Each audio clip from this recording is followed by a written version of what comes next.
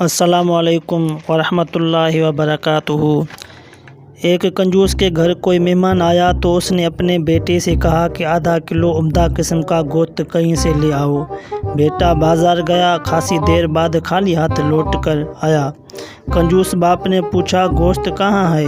بیٹا بولا ابا جان میں کسائی کے پاس گیا اور اسے کہا کہ جو سب سے عمدہ گوشت تمہارے پاس ہے وہ آدھا کلو دے دو۔ کسائی نے کہا بے فکر رہو، میں تمہیں ایسا گوشت دوں گا کہ گویا مکھن ہو۔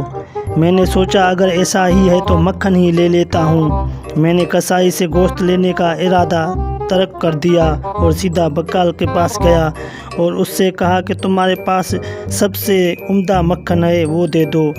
بقال نے کہا بے فکر رہو، میں تمہیں ایسا مکھن دوں گا کہ شہد ہو۔ میں نے سوچا کہ اگر ایسا ہی ہے تو پھر شہد ہی خرید لوں۔ چنانچہ میں شہد والے کے پاس گیا اور اس سے کہا کہ تمہارے پاس سب سے عمدہ شہد ہے وہ مجھے دے دو۔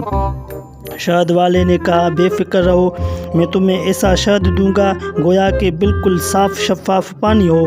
میں سوچا اگر یہی قصہ ہے تو پانی گھر میں ہی موجود ہے، اس لیے میں خالی ہاتھ واپس آ گیا۔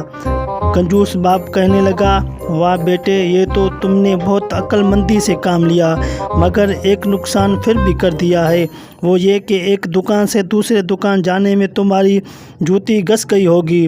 بیٹا بولا نہیں ابا جان ایسا نہیں ہے، میں تو مہمان کی چپل پہن کر گیا تھا، اس لیے کوئی نقصان نہیں ہوا۔ بیچارہ مہمان بڑی دیر سے کھانے کے انتظار میں بیٹھا ہوا تھا، فوراً اٹھا اور اپنی منزل کو روانہ ہو گیا کہ کہیں دوسرے وقت کے کھانے کے انتظار میں مزید تکلیف نہ برداشت کرنی